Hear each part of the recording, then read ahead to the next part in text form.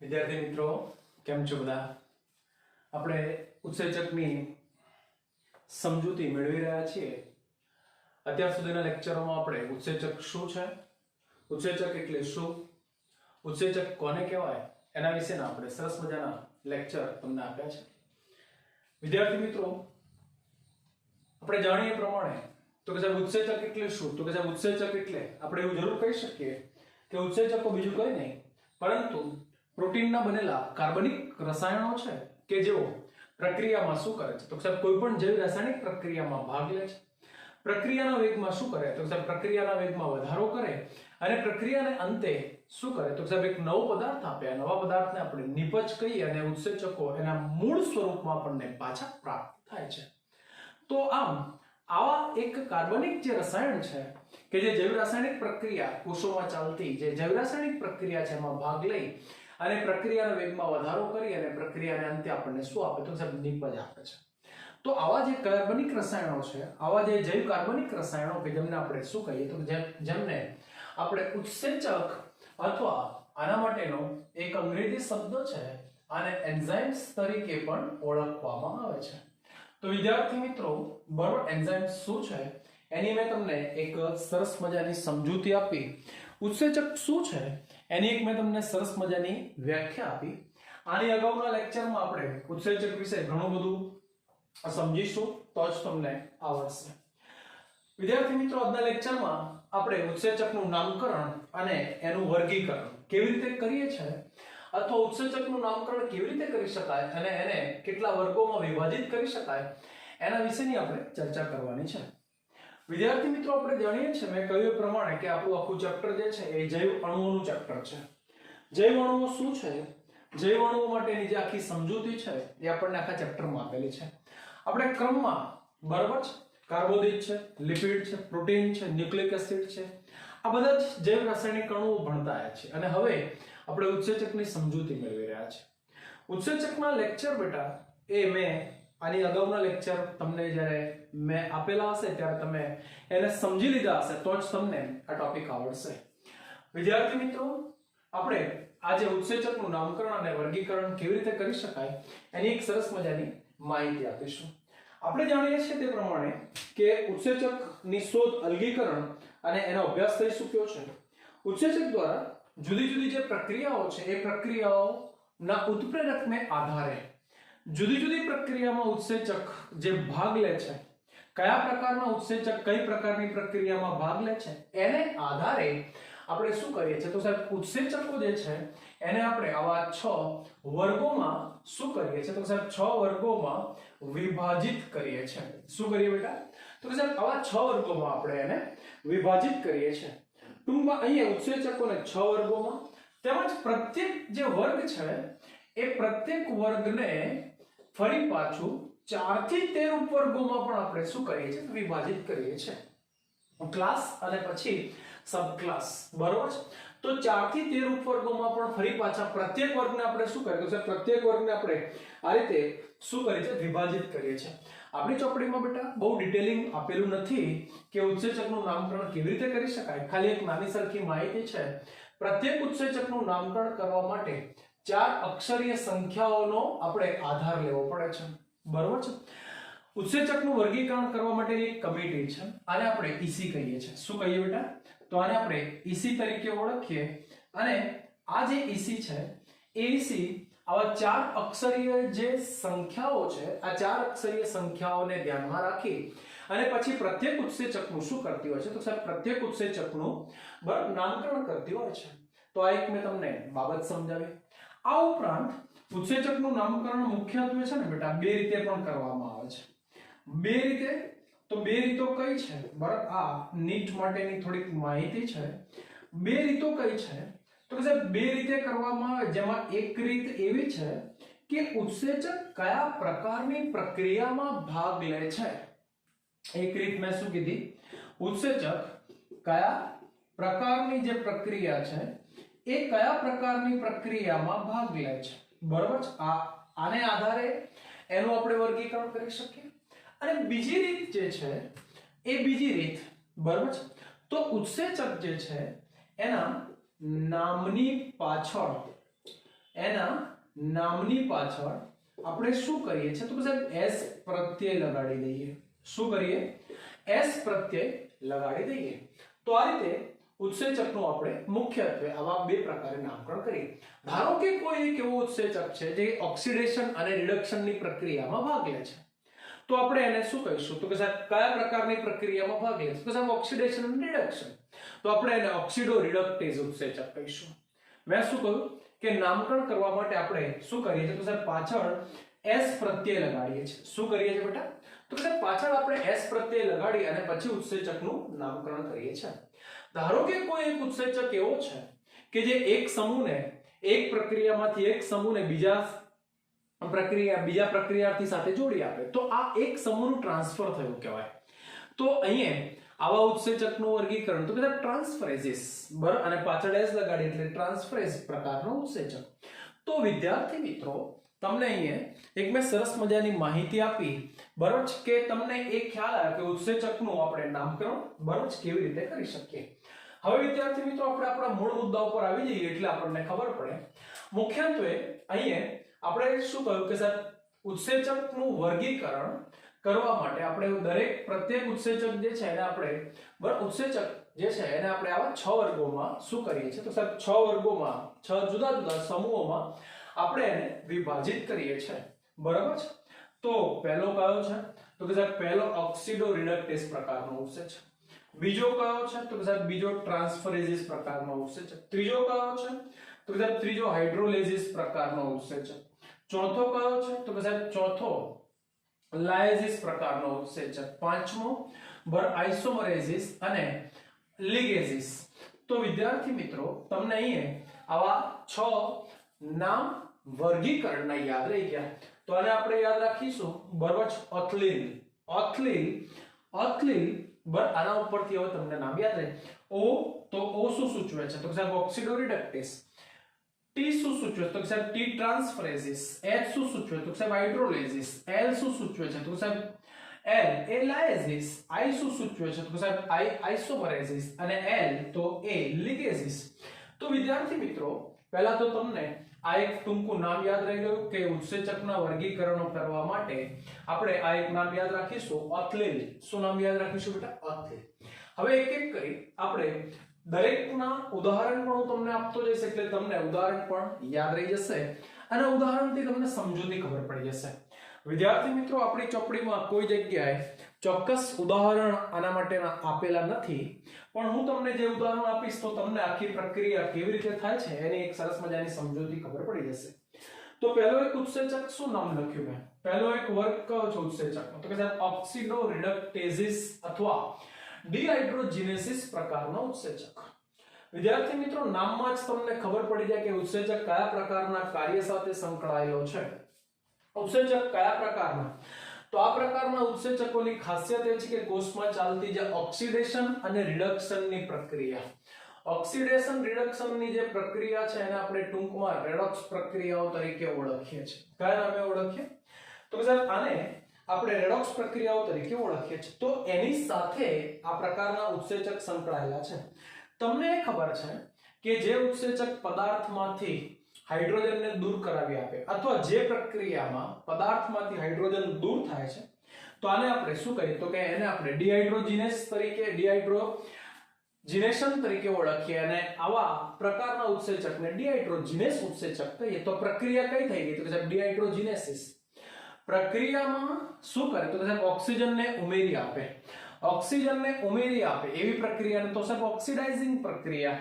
આ પ્રકારનું કાર્ય કરતા ઉત્સેચક તો સાહેબ ઓક્સિડાઇઝ પ્રકારના ઉત્સેચકો તરીકે આપણે એને ઓળખીએ.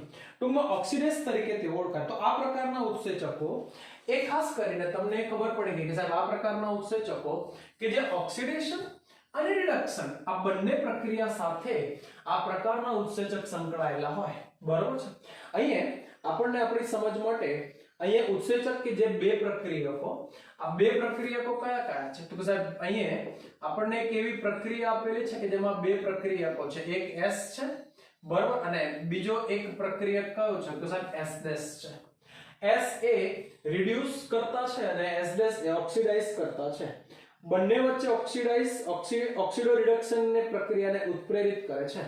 જેમ કે S બરાબર રિડ્યુસ, મેં હમણાં તમને કહ્યું કે રિડ્યુસ એટલે હાઇડ્રોજન દૂર કરવું, ઓક્સિડાઇઝ તો ઓક્સિજન ઉમેરાવું. તો અહીંયા પ્રક્રિયા જ્યારે પૂર્ણ થશે ત્યારે આ બંને પ્રક્રિયકો પ્રક્રિયાને અંતે જે રિડ્યુસ થયો છે એ હવે ઓક્સિડાઇઝ થઈ જશે અને જે ઓક્સિડાઇઝ થયો છે પ્રક્રિયાને અંતે રિડ્યુસ થઈ જશે. વિદ્યાર્થી મિત્રો, આપણે જાણીએ છીએ તે પ્રમાણે અને આગળ આપણે દિવાળી પછીના અભ્યાસક્રમમાં ભણીશું ક્રેબ્સ ચક્ર અને ગ્લાયકોલિસિસ તેમજ ઓક્સિડેટિવ ફોસ્ફોરીકરણની પ્રક્રિયા. બરાબર, ક્રેબ્સ ચક્રની જે પ્રક્રિયા છે, આ ક્રેબ્સ ચક્રની પ્રક્રિયામાં સક્સિનિક એસિડ ડિહાઇડ્રોજિનેઝ તરીકે ઓળખાતો એક ઉત્સેચક છે. આ ઉત્સેચક શું કરે છે? તો સાહેબ આ ઉત્સેચક એ સક્સિનિક એસિડના બંધારણમાંથી હાઇડ્રોજન દૂર કરી અને તેને ફ્યુમેરિક એસિડમાં રૂપાંતર કરી આપે. બરાબર, અને એ જ રીતે બીજો એક ઉત્સેચક છે સાઇટોક્રોમ ઓક્સિડેઝ. બરાબર, તો આ પણ એક ઉત્સેચક છે કે જે ઓક્સિડેટિવ ફોસ્ફોરીકરણની પ્રક્રિયામાં ઓક્સિજનનો અણુ શું કરી આપે? તો કે સાહેબ ઓક્સિજનનો અણુ ઉમેરી આપે. તો અહીંયા આ એક પ્રકારના વર્ગીકરણની આપણને ખબર પડી ગઈ. બરાબર છે બેટા. બીજો એક ઉત્સેચકોનું વર્ગીકરણ છે જેને આપણે શું કહીએ? તો સાહેબ આને ટ્રાન્સફરેઝિસ પ્રકારના ઉત્સેચક તરીકે ઓળખવામાં આવે. તો આ ઉત્સેચકો પ્રક્રિયકોની એક જોડ S અને S' વચ્ચે એક સમૂહ કે જે હાઇડ્રોજન સિવાય, બરોબર છે, હાઇડ્રોજન સિવાય બે પ્રક્રિયકો વચ્ચે શું કરે છે? તો સાહેબ બે પ્રક્રિયકો વચ્ચે હાઇડ્રોજન સિવાય કોઈ પણ એક સમૂહને શું કરે? તો બે પ્રક્રિયકો વચ્ચે સાહેબ રૂપાંતરણ કરી આપે. ટ્રાન્સફર તમને ખબર પડી જાય કે સાહેબ એનું ગુજરાતી શું થયું? તો કે સાહેબ ટ્રાન્સફર. સમૂહને શું કરે? તો એક જગ્યાએથી બીજી જગ્યાએ મૂકી આપે, ટ્રાન્સફર કરી આપે. તો આ પ્રકારના ઉત્સેચકોને શું કહીએ? તો સાહેબ આ પ્રકારના ઉત્સેચકોને આપણે ટ્રાન્સફરેઝિસ પ્રકારના ઉત્સેચકો તરીકે ઓળખીએ. ટૂંકમાં ફરી એક વખત બોલું તો આ પ્રકારના ઉત્સેચકો શું કરે? તો સાહેબ આ પ્રકારના ઉત્સેચકો હાઇડ્રોજન સિવાય કોઈ પણ એક સમૂહને એક પદાર્થમાંથી બીજા પદાર્થમાં શું કરી આપે? તો સાહેબ બીજા પદાર્થમાં આ એક પદાર્થમાંથી દૂર કરી અન્ય પદાર્થ સાથે શું કરી આપે? જોડાણ કરી આપે. તો તમે એવું કહી શકો કે સાહેબ આ પ્રકારના ઉત્સેચકોને આપણે ટ્રાન્સફરેઝિસ પ્રકારના ઉત્સેચકો તરીકે ઓળખીએ. તો અહીંયા આવું એક સમીકરણ આપેલું છે Sg S' S' gives S SSG. બરાબર. તો આનું એક સરસ મજાનું ઉદાહરણ તમને આપું. ગ્લાયકોલિસિસની જે પ્રક્રિયા છે એ ગ્લાયકોલિસિસની પ્રક્રિયામાં શું થાય છે? તો કે સાહેબ ગ્લાયકોલિસિસની જે આખી પ્રક્રિયા છે એ આખી પ્રક્રિયામાં એક સ્ટેપ છે અને એમાં એક કામ કરતો ઉત્સેચક છે, એનું નામ છે હેક્ઝોકાઇનેઝ. શું નામ લખ્યું બેટા મેં? તો કે સાહેબ હેક્ઝોકાઇનેઝ. આ ઉત્સેચક શું કરે છે? તો સાહેબ ટ્રાન્સફરેઝિસ પ્રકારનું ઉત્સેચક છે અને આ ઉત્સેચક શું કરે છે? તો કે સાહેબ જે ગ્લુકોઝ છે, ગ્લુકોઝ કે જે 6 કાર્બન વાળું સંયોજન છે. કેટલા કાર્બન વાળું બેટા? તો કે સાહેબ 6 કાર્બન વાળું સંયોજન. હું અહીંયા બરાબર છે રેડ પેન થી લખું એટલે વંચાશે. તો કે સાહેબ 6 કાર્બન વાળું આ જે સંયોજન છે, આ સંયોજન ગ્લુકોઝ બરાબર છે, જે 6 કાર્બન વાળું સંયોજન અને એની સાથે ફોસ્ફેટનો એક અણુ એના છઠ્ઠા કાર્બન ઉપર ઉમેરી આપે. એક પદાર્થ કયો છે? તો ગ્લુકોઝ. બીજો પદાર્થ કયો છે? તો કે સાહેબ ATP. ATP નું આખું નામ એડિનોસાઇન ટ્રાઇફોસ્ફેટ. એના બંધારણમાંથી ફોસ્ફેટને દૂર કરી અને ગ્લુકોઝમાં સ્થાનાંતરિત કરી આપે. બરાબર. એટલે હવે જે સંયોજન બનશે એ સંયોજનનું નામ શું થયું? તો કે સાહેબ ગ્લુકોઝ 6 ફોસ્ફેટ પ્લસ બરાબર છે એક ફોસ્ફેટ ગયો એટલે ADP. તો Sg પ્લસ S'. તો Sg પ્લસ S' આપણા માટે S' શું છે? ગ્લુકોઝ છે. Sg શું છે? ATP છે. તો આમાંથી G બરાબર છે એ ક્યાં ગયો? S' માં. બરાબર. તો S' માં G આવ્યો તો S' G એટલે ફોસ્ફરસ ગ્લુકોઝના છઠ્ઠા કાર્બન સાથે જોડાયો અને ATP હવે ADP માં રૂપાંતર પામી ગયો. તો અહીંયા આ પ્રકારનો ઉત્સેચક કે જે એક પદાર્થમાંથી કોઈ એક સમૂહને દૂર કરી બરાબર છે અને બીજા અન્ય પદાર્થ સાથે જોડી આપે અથવા ઉમેરી આપે, તો આવા ઉત્સેચકને આપણે શું કહીશું? તો સાહેબ આવા ટ્રાન્સફરેઝિસ પ્રકારના ઉત્સેચક છે. એના પછી બીજા પ્રકારના ઉત્સેચક બહુ સરસ મજાની સમજૂતી હાઇડ્રોલેઝિસ. હાઇડ્રોલેઝિસ આનું જ ગુજરાતી નામ જો આપણે કહીએ તો આને જળ વિભાજનની પ્રક્રિયા કહેવાય. બેટા જળ વિભાજન એટલે શું? તો કે સાહેબ જળ વિભાજન એટલે પાણીનો અણુ ઉમેરી, ફરી બોલું, પાણીનો અણુ ઉમેરી જટિલ પદાર્થને શું કરે તો કે સાહેબ સરળ પદાર્થમાં રૂપાંતર કરી આપે. જટિલ પદાર્થનું સરળ પદાર્થમાં રૂપાંતર કરી આપતા ઉત્સેચકો શું કહીશું તો કે સાહેબ એને આપણે હવે હાઇડ્રોલિસિસ પ્રકારના ઉત્સેચકો તરીકે ઓળખીએ અને આ પ્રક્રિયાને હાઇડ્રોલિસિસ પ્રક્રિયા તરીકે પણ ઓળખવામાં આવે. તો તમને ખબર પડી ગઈ કે સાહેબ આ એવી પ્રક્રિયા છે હાઇડ્રોલિસિસ, જળ વિભાજન. જળ એટલે પાણી, પાણીનો અણુ ઉમેરી અને જટિલ સકાર્બનિક પદાર્થનું વિભાજન કરી અને એને સરળ સકાર્બનિક પદાર્થમાં રૂપાંતર કરવું. તો આ આખી પ્રક્રિયા કે જેને આપણે શું કહીએ તો સાહેબ આને હાઇડ્રોલિસિસ કહીએ અને આ પ્રકારનું કાર્ય કરતા ઉત્સેચકો બધા શું કહેવાય તો સાહેબ હાઇડ્રોલિસિસ પ્રકારના. વિદ્યાર્થી મિત્રો આના તો ઉદાહરણ તમને જ ખબર હોય, બરોબર, તમને આવડી જ જાય. બધા જ ડાયજેશનની પ્રક્રિયા સાથે સંકળાયેલા જે ઉત્સેચકો છે બધા કયા છે તો સાહેબ હાઇડ્રોલિસિસ પ્રકારના છે. પાચનની પ્રક્રિયા સાથે સંકળાયેલા બધા જ ઉત્સેચકો, બરોબર, તો એ કયા છે તો સાહેબ એ હાઇડ્રોલિસિસ પ્રકારના ઉત્સેચકો છે. બરોબર, તો તમને અહીંયા આ પણ આવડી જાય. બરોબર, તો આનું ઉદાહરણ તમને આપું એટલે તમને ખ્યાલ આવી જાય કે સાહેબ કઈ પ્રક્રિયાની વાત કરે છે. જેમ કે પાચનની પ્રક્રિયા સાથે સંકળાયેલો ઉત્સેચક, બરોબર છે. ખોરાકનું પાચન તો માલ્ટોસ, બરોબર છે. આપણને માલ્ટોસ જે લોટમાંથી પ્રાપ્ત થાય અને માલ્ટોઝનું પાચન કરતો ઉત્સેચક માલ્ટેસ શું કર્યું તો આ ઉત્સેચક કે જે એને શું કર્યું પાણીનો એક અણુ ઉમેરી દીધો અને ગ્લુકોઝના એને બે અણુ સરળ અણુ બનાવી દીધા. બરાબર, માલ્ટોસ જટિલ કાર્બનિક પદાર્થ છે, ગ્લુકોઝ સરળ કાર્બનિક પદાર્થ છે. પાણીનો અણુ ઉમેરી તેને સરળ કાર્બનિક પદાર્થમાં રૂપાંતર કરી આપે. તો આ પ્રકારના બધા જ ઉત્સેચકો કયા કહેવાય તો સાહેબ હાઇડ્રોલિસિસ. પ્રોટીનનું પાચન કરતા ઉત્સેચક તો proteases. Protein plus H2O protease ઉત્સેચક gives amino acid. બરાબર છે. પછી કાર્બોદિતનું તો માલ્ટોસ પણ કાર્બોદિત છે. તો કાર્બોહાઈડ્રેટ્સ, બરાબર છે. તો એ શર્કરામાં રૂપાંતર. લિપિડનું પાચન કરતા હોય તો લિપિડનું પાચન કરતા હોય lipase. Lipid plus H2O gives glycerol અને ફેટી એસિડ. તો તમને બેટા એ ખબર પડી ગઈ હાઇડ્રોલિસિસ પ્રકારના ઉત્સેચકો શું છે. બહુ અગત્યની સમજૂતી હવે કઈ છે તો સાહેબ લાયસિસ. લાયસિસ પ્રકારના ઉત્સેચકો શું છે? લાયસિસ પ્રકારના ઉત્સેચકો શું કામ કરે છે? તો વિદ્યાર્થી મિત્રો આ પણ બહુ જ સરસ મજાનો ટોપિક છે અને આવડી જાય એવો ટોપિક છે. લાયસિસ પ્રકારની જે પ્રક્રિયા છે તો કે આ સમૂહના ઉત્સેચકો બે રસાયણોને પરસ્પર જોડી આપે છે. આ સમૂહના જે ઉત્સેચકો છે આ સમૂહના ઉત્સેચકોની ખાસિયત એ છે કે તેઓ બે રસાયણો જે છે એ બે રસાયણોને પરસ્પર શું કરી આપે જોડી આપે. તો અહીં તમને એ ખબર પડી ગઈ કે સાહેબ જળ વિભાજન સિવાય પ્રક્રિયકોમાંથી સમૂહને દૂર કરે અને આ પ્રક્રિયાને અંતે હંમેશા દ્વિબંધોનું શું થાય તો સાહેબ દ્વિબંધોનું નિર્માણ થાય. વિદ્યાર્થી મિત્રો તમને ખબર પડી ગઈ શું તો કે સાહેબ જળ વિભાજનની પ્રક્રિયા સિવાય પ્રક્રિયકોમાંથી સમૂહને દૂર કરે અને પ્રક્રિયાને અંતે દ્વિબંધોનું નિર્માણ કરે. તો અહીં એક સરસ મજાની પ્રક્રિયા વડે એનું ઉદાહરણ દર્શાવ્યું છે. આની પહેલાનું તમને ખબર પડી ગઈ, બરોબર છે? ખ્યાલ આવી ગયો ને હાઇડ્રોલિસિસ પ્રકારની પ્રક્રિયા. કાર્બોહાઈડ્રેટ્સમાં કયો બંધ બને તો ગ્લાયકોસિડિક. ગ્લાયકોસિડિક બંધ તૂટે એટલે પાણીનો અણુ ઉમેરાય અને સરળ કાર્બનિક. લિપિડ તો કે એમાં એસ્ટર બંધ છે, એસ્ટર બંધ તૂટે એટલે ફરી ફેટી એસિડ અને ગ્લિસરોલ. પ્રોટીન તો કે સાહેબ કાર્બન અને નાઇટ્રોજન એમની વચ્ચે પેપ્ટાઇડ બંધ છે એ તૂટે, લિંકેજ તૂટે એટલે એમિનો એસિડ. આ જે આખો ઉત્સેચક છે લાયસિસ પ્રકારનો તો કે સાહેબ આ પ્રકારના ઉત્સેચકોની ખાસિયત એ છે કે તે જળ વિભાજનની પ્રક્રિયા સિવાય પ્રક્રિયકોમાંથી શું કરે છે સમૂહને દૂર કરી અને બે રસાયણોને પરસ્પર જોડી આપે અને પ્રક્રિયાને અંતે જે બે પ્રક્રિયકો છે એ પ્રક્રિયકો વચ્ચે પ્રક્રિયાને અંતે ફળ સ્વરૂપે શું બને છે તો સાહેબ દ્વિબંધ બને છે. બરાબર. તો આ પ્રકારના ઉત્સેચકોને હવે આપણે શું કહીએ તો સાહેબ આ પ્રકારના ઉત્સેચકોને લાયસિસ તરીકે ઓળખવામાં આવે.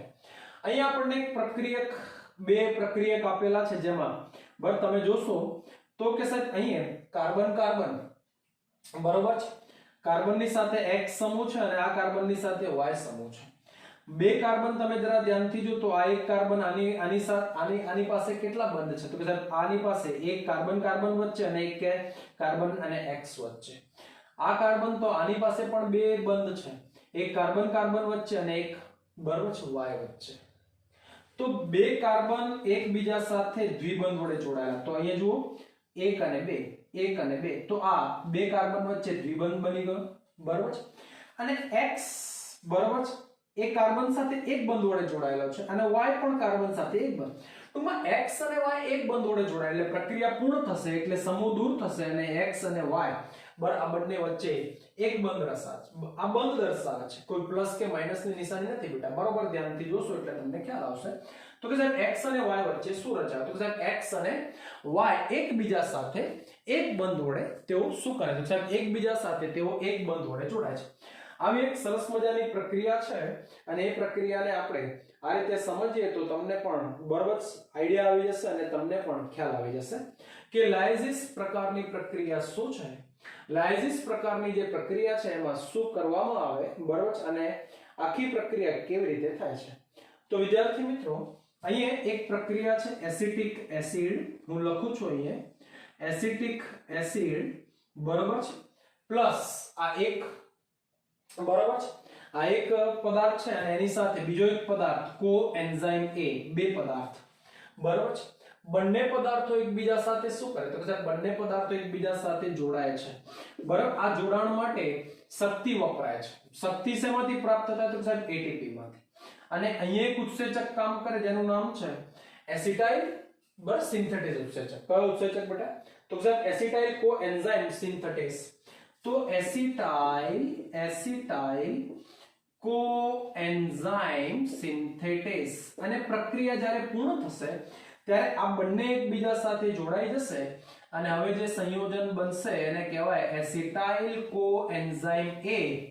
તો આ બે પદાર્થો એકબીજા સાથે જોડાઈ ગયા અને એક પદાર્થ બન્યો એસિટાઇલ કોએન્ઝાઇમ A બન્યો. બરાબર છે. અને પ્રક્રિયાને અંતે શક્તિ વપરાય એટલે હવે બરાબર ATP AMP માં ફેરવાય અને પ્લસ H4P2O7 નામનું સંયોજન પણ બને છે. તો H4P2O7 બરાબર. તો આ એક સરસ મજાની પ્રક્રિયા મેં તમને અહીંયા સમજાવી. ચલો આવડી જશે. તો વિદ્યાર્થી મિત્રો અહીંયા મેં તમને ચાર સરસ મજાના વર્ગો શીખવાડ્યા. કયા કયા ચાર વર્ગો છે? તો પહેલો જે વર્ગ હતો એનું નામ ઓક્સિડો રિડક્ટેસ ડિહાઇડ્રોજિનેસ ટ્રાન્સફરેઝિસ હાઇડ્રોલિસિસ લાયઝિસ. હવે તો કે સાહેબ આઇસોમરેઝિસ. આઇસોમરેઝિસ નામમાં જ તમને આખું વર્ગીકરણ ખબર પડી જાય. આઇસોમર બરાબર છે એકબીજાના સમઘટકો. અંગ્રેજી શબ્દ છે આઇસોમર. એકબીજાના શું કહેવાય? તો કે સાહેબ એકબીજાના તેઓ સમઘટક છે. તો આ પ્રકારના ઉત્સેચકો એ ખાસ કરીને એવા બધા જ ઉત્સેચકો જે પ્રકાશીય ભૌમિતિક અથવા તો બંધારણીય સમઘટકોના આંતર રૂપાંતરણને શું કરે છે?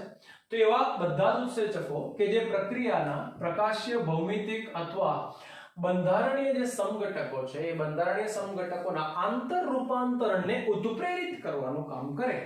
તો આ પ્રકારના ઉત્સેચકોને શું કહીશું? તો સાહેબ આને આપણે આઇસોમરેઝિસ પ્રકારના ઉત્સેચક તરીકે ઓળખીશું. ચલો આવડી જશે.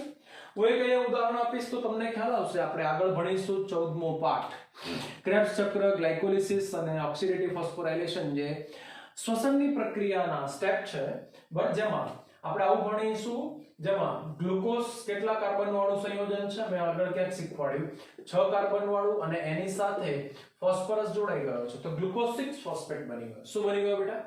Glucose 6 phosphate. હવે આ ગ્લુકોઝ એ ગ્લુકોઝ 6 કાર્બન વાળું સંયોજન છે અને મેં તમને આગળ કાર્બોદિત ભણાવ્યા છે મોનોસેકેરાઇડ. એમાં એક્ઝોસ શર્કરા ભણાવી. એક્ઝોસ શર્કરામાં શું કહ્યું? તો કે સાહેબ એક્ઝોસ શર્કરા ગ્લુકોઝ ફ્રુક્ટોઝ અને કઈ છે? તો કે સાહેબ ગ્લુકોઝ ફ્રુક્ટોઝ અને ગેલેક્ટોઝ. બરાબર છે. તો ગ્લુકોઝ અને ફ્રુક્ટોઝ બરાબર છે બંને 6 કાર્બન વાળી પણ બંનેની ખાસિયત એ છે કે સાહેબ બંનેના બંધારણમાં થોડો ફેરફાર છે. એટલે અહીંયા શું થાય? તો સાહેબ ગ્લુકોઝમાંથી આલ્ડિહાઇડ સમૂહ દૂર થઈ જાય અને એમાં કયો સમૂહ આવી જાય? કીટોન સમૂહ. તો જો કીટોન સમૂહ આવી જાય તો હવે બનતા સંયોજનને ફ્રુક્ટોઝ કહેવાય. તો ગ્લુકોઝ હવે ફ્રુક્ટોઝ 6 ફોસ્ફેટમાં ફેરવાય. પણ આ કાર્ય કરતો ઉત્સેચક કયો છે? તો સાહેબ ફ્રુક્ટોઝ આઇસોમરેઝ. કયો ઉત્સેચક? તો ફ્રુક્ટોઝ આઇસોમરેઝ નામનો જે ઉત્સેચક છે એ ગ્લુકોઝ 6 ફોસ્ફેટને શું કરે? તો સાહેબ ફ્રુક્ટોઝ 6 ફોસ્ફેટમાં ફેરવે છે. માત્ર શું થયું છે? તો સાહેબ માત્ર એના બંધારણમાં જ ફેરફાર થયો છે. પ્રકાશીય ભૌમિતિક અથવા બંધારણીય રચનામાં ફેરફાર કરતા ઉત્સેચકો બંનેનું અણુસૂત્ર સરખું છે. બરાબર, ગ્લુકોઝ એટલે પણ C6H12O6 અને ફ્રુક્ટોઝ એટલે પણ C6H12O6, પણ બંનેના બંધારણીય સૂત્ર જુદા છે. તો એક બંધારણને બીજા બંધારણમાં રૂપાંતર કરી આપે, મતલબ શું કરી આપે, ફેરફાર કરી આપે, તો આ બધા આઇસોમરેઝિસ પ્રકારના ઉત્સેચક કહેવાય. ચલો આવડશે. એના પછી બીજો એક ઉત્સેચક કયો છે? તો સાહેબ લિગેઝિસ ઉત્સેચક.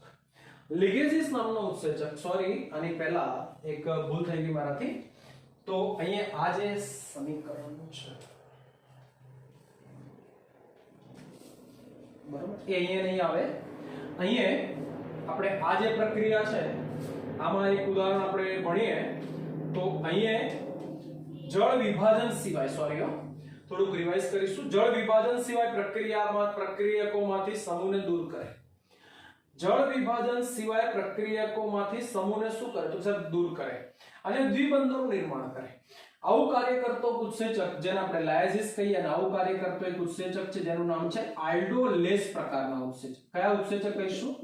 આલ્ડોલેસ. બરાબર છે. જેમાં આપણે જાણીએ એ પ્રમાણે કે એક સંયોજન ફ્રુક્ટોઝ 1,6 બાયફોસ્ફેટ, ફ્રુક્ટોઝ 1,6 બાયફોસ્ફેટ, બરાબર, જે શું કરે છે? તો જે આલ્ડોલેસ નામના ઉત્સેચકની મદદથી આ ફ્રુક્ટોઝ 1,6 બાયફોસ્ફેટ નું છે ને બેટા વિખંડન થાય. તમે જુઓ, પાણીનો અણુ ઉમેરાતો નથી અને જટિલ પદાર્થનું સરળ પદાર્થમાં રૂપાંતર થાય. જેમાં એક પદાર્થ બને એને PgL કહેવાય અને બીજો જે બને એને DHAP કહેવાય. PgL એટલે ફોસ્ફોગ્લિસરાલ્ડિહાઇડ અને DHAP એટલે ડાયહાઇડ્રોક્સી એસિટોન ફોસ્ફેટ. બરાબર છે. શું બેટા? તો કે ડાયહાઇડ્રોક્સી એસિટોન ફોસ્ફેટ. ચલો આવડી જશે. પછી શું શીખવાડ્યું? તો કે આઇસોમરેઝિસ. અને છેલ્લે તો કે લિગેઝિસ. તો આ પ્રકારના બધા જ ઉત્સેચકોની ખાસિયત એ છે કે જેઓ બે રસાયણોને શું કરે છે? સાહેબ બે રસાયણોને પરસ્પર જોડી આપે. બે જે રસાયણો છે, બે કાર્બનિક રસાયણો જે છે એમને શું કરે? તો સાહેબ પરસ્પર જોડી આપે અથવા તો જોડવા માટે ઉત્પ્રેરિત કરે. એવા બધા જ ઉત્સેચકોને આપણે શું કહીશું? તો સાહેબ એવા બધા જ ઉત્સેચકોને લિગેઝિસ પ્રકારના ઉત્સેચકો તરીકે ઓળખીએ. અને આ પ્રક્રિયાને પરિણામે શું થાય છે? સાહેબ આ પ્રક્રિયાને પરિણામે ચોક્કસ પ્રકારના રાસાયણિક બંધોનું શું થાય? તો સાહેબ ચોક્કસ પ્રકારના રાસાયણિક બંધોનું નિર્માણ થાય. જેમ કે કાર્બન અને ઓક્સિજન વચ્ચે, કાર્બન અને સલ્ફર વચ્ચે, કાર્બન અને નાઇટ્રોજન વચ્ચે અને ફોસ્ફરસ અને ઓક્સિજન વચ્ચે. તો અહીંયા તમને એક સરસ મજાનું લેક્ચર મેં ઉત્સેચકોનું નામકરણ અને વર્ગીકરણ શું છે એની બેટા એક સરસ મજાની મેં માહિતી આપી. આઈ હોપ કે આજનું લેક્ચર તમને ગમ્યું હશે અને તમે બરાબર આ લેક્ચર્સ જુઓ અને એને તૈયાર કરો. ઓકે, ચલો ગુડ બાય.